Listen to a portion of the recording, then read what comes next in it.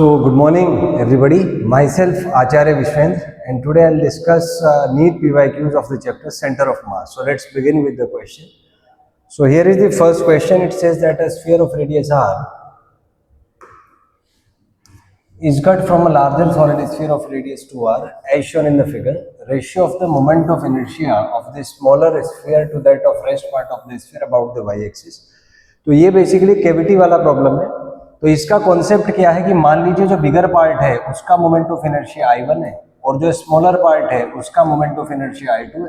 तो जो remaining part होगा उसका moment of inertia I1 minus I2 हो जाएगा. इसी कंसेप्ट पे क्वेश्चन सॉल्व हुआ है. आइए मैं आपको कैलकुलेशन दिखा देता हूँ. तो सबसे पहले हम लार्जर सॉलिड स्फीयर के लिए मोमेंट ऑफ इनर्शिया आ जाएगा 2/5 mr². आर का वैल्यू 2r है, तो यहाँ से कैलकुलेशन हो गए बड़े वाले पार्ट का, दिस पार्ट, इसका मोमेंट ऑफ इनर्शिया आपका 8/5 mr² आ जाएगा. वहीं पे अगर हम छोटे वाले पार्ट के मोमेंट ऑफ इनर्शिया की बात करें तो क्योंकि डेंसिटी सेम है तो रेडियस अगर हाफ है तो इसका मास पहली बात तो 1/8 टाइम्स आ जाएगा. और इसकी अगर कैलकुलेशंस करें पैरेलल एक्सिस थ्योरम यूज करके तो यहाँ से कैलकुलेट होके 7/40 mr² आ जाएगा. तो रिमेनिंग पार्ट का जो moment of inertia I1 minus I2, तो यहाँ से अगर आप कैलकुलेशंस करेंगे तो इसमें आपका कैलकुलेट होगा 7/57 will be the answer for this particular question. Next move करते हैं अगले क्वेश्चन में. Sun rotates around its centre once in 27 days. ठीक है. What will be the period of revolution if sun were to expand to twice its present radius without any external influence. तो इसमें क्या है कि रेडियस अगर double है, angular momentum conservation पे बेस्ड है, तो एंगुलर मोमेंटम आपका होता है I ओमेगा और I जो है वो r² के प्रोपोर्शनल होगा सॉलिड स्फीयर का. तो हम कह सकते हैं कि जो एंगुलर मोमेंटम है वो कंजर्व है. तो r को अगर आप डबल करें तो इसका मतलब है कि ओमेगा प्रोपोर्शनल आ जाएगा 1/r². तो r को अगर डबल करेंगे तो यहाँ से जो एंगुलर वेलोसिटी है वो इनिशियल का 1/4 हो जाएगा. तो इसका मतलब जो टाइम पीरियड है वो इनवर्स रेशियो में होता है. So time period will be 4 × 27. तो यहाँ से 4 × 27 which will be equal to 108. तो यहाँ से second option will be correct होगा, सेकंड आ जाएगा.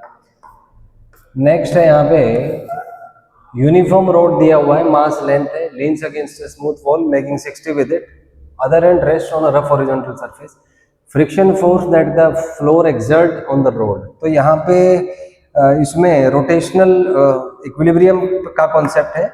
तो इसमें हम टोटल फोर्सेस देख लेंगे. जैसे यहाँ पे रोड्स दी हुई है तो मान लीजिए इस पे नॉर्मल रिएक्शन N2 इधर आया, N1 इधर आया, और ये मान लीजिए फ्रिक्शन, क्योंकि नॉर्मल रिएक्शन इधर है तो इसको बैलेंस करने के लिए फ्रिक्शन यहाँ लगेगी. तो ये इस पे वेरियस काइंड ऑफ फोर्सेस हैं. तो इसमें ट्रांसलेशनल और रोटेशनल इक्विलिब्रियम का अगर हम इक्वेशन लिखें तो ट्रांसलेशन इक्विलिब्रियम के लिए आ जाएगा N1 = mg. वर्टिकल डायरेक्शन में हमने फोर्सेस बैलेंस किए. N2 = F, हॉरिजॉन्टल डायरेक्शन में फोर्सेस बैलेंस किए.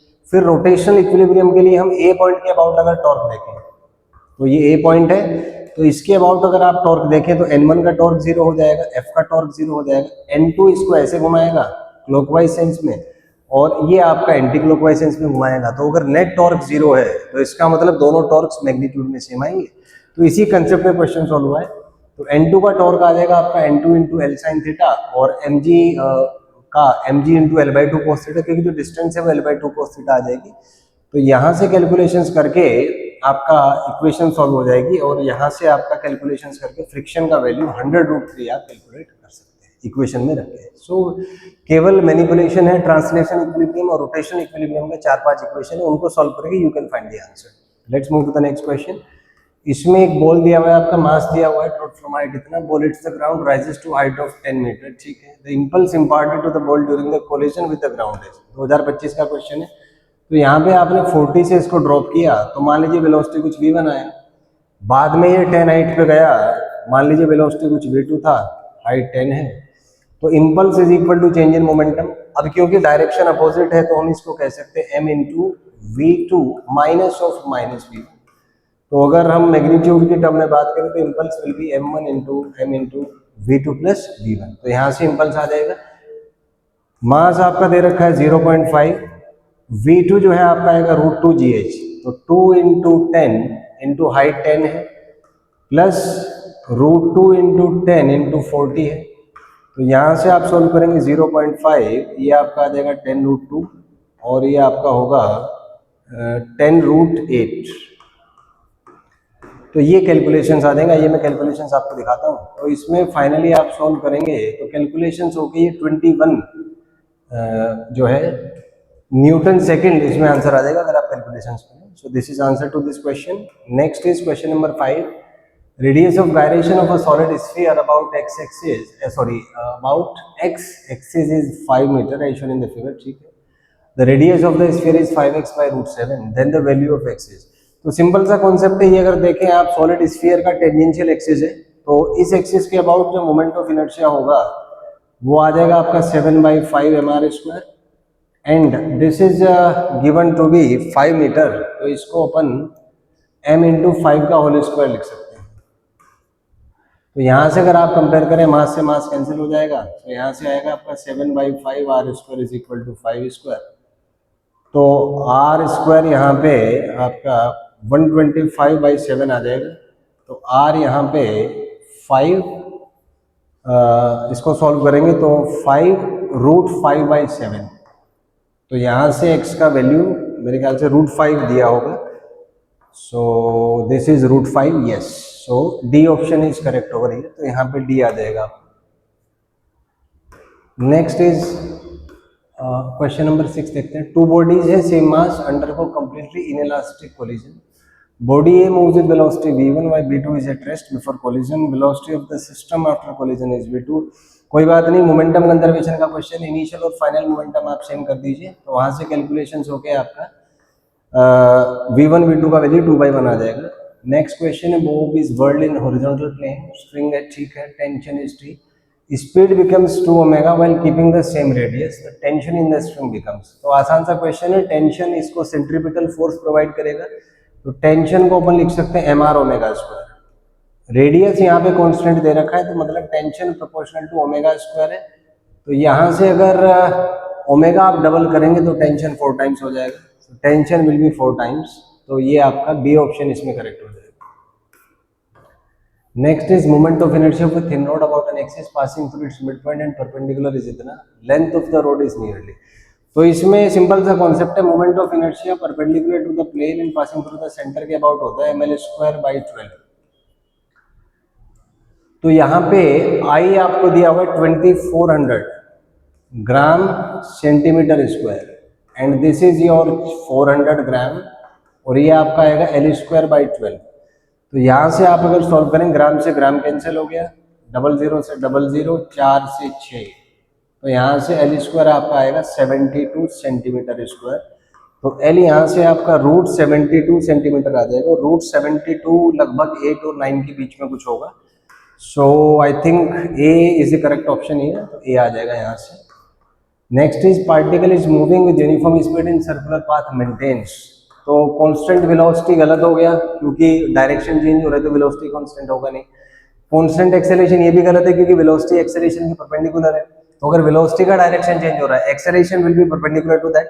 ऐसे मान लीजिए सर्कल है और यहाँ पे पार्टिकल v से मूव कर रहा है, तो इसका एक्सेलरेशन कुछ यहाँ होगा।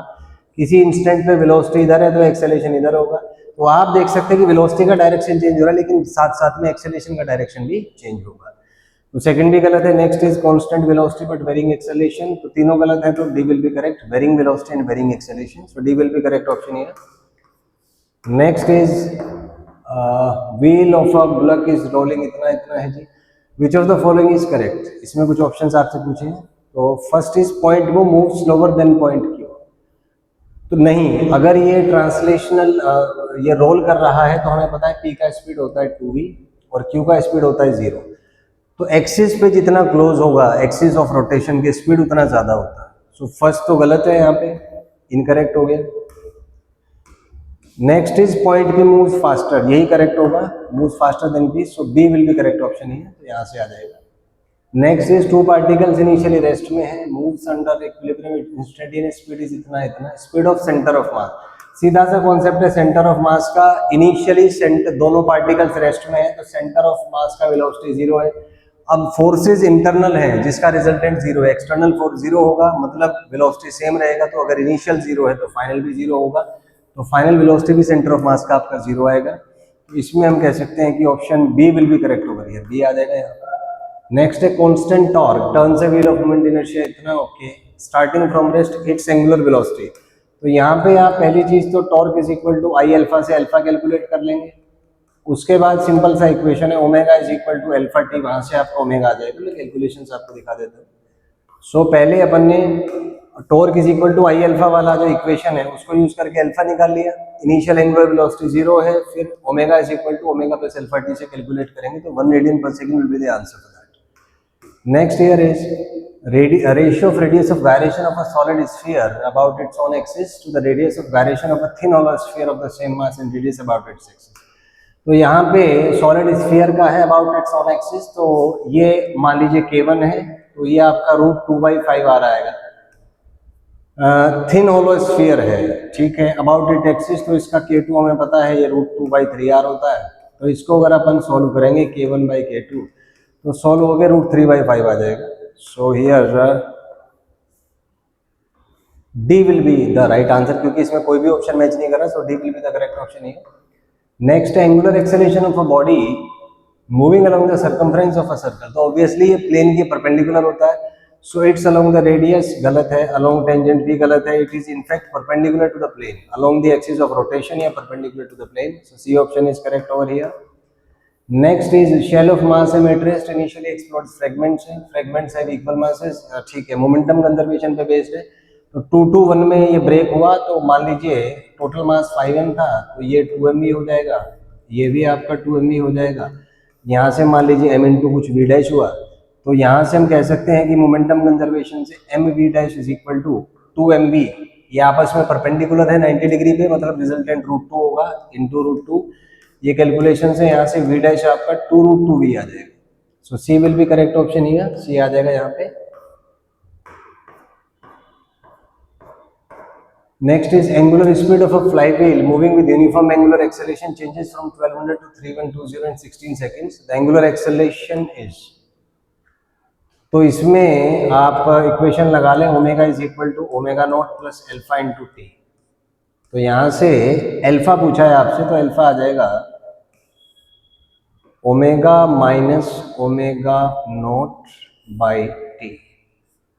सो ओमेगा इज 12, फाइनली जो है ये 3120 है, इनिशियली 1200 है, और आरपीएम में तो इसको अगर रेडियन में कन्वर्ट करें तो 2π/60 आ जाएगा, डिवाइडेड बाई टाइम आपका 16 है। तो यहाँ से कैलकुलेट करके आपका एंगुलर एक्सेलरेशन आ जाएगा, कैलकुलेशंस में दिखा देता हूँ। Finally we will have 4π as the angular acceleration, तो यहाँ से निकाल सकते हैं।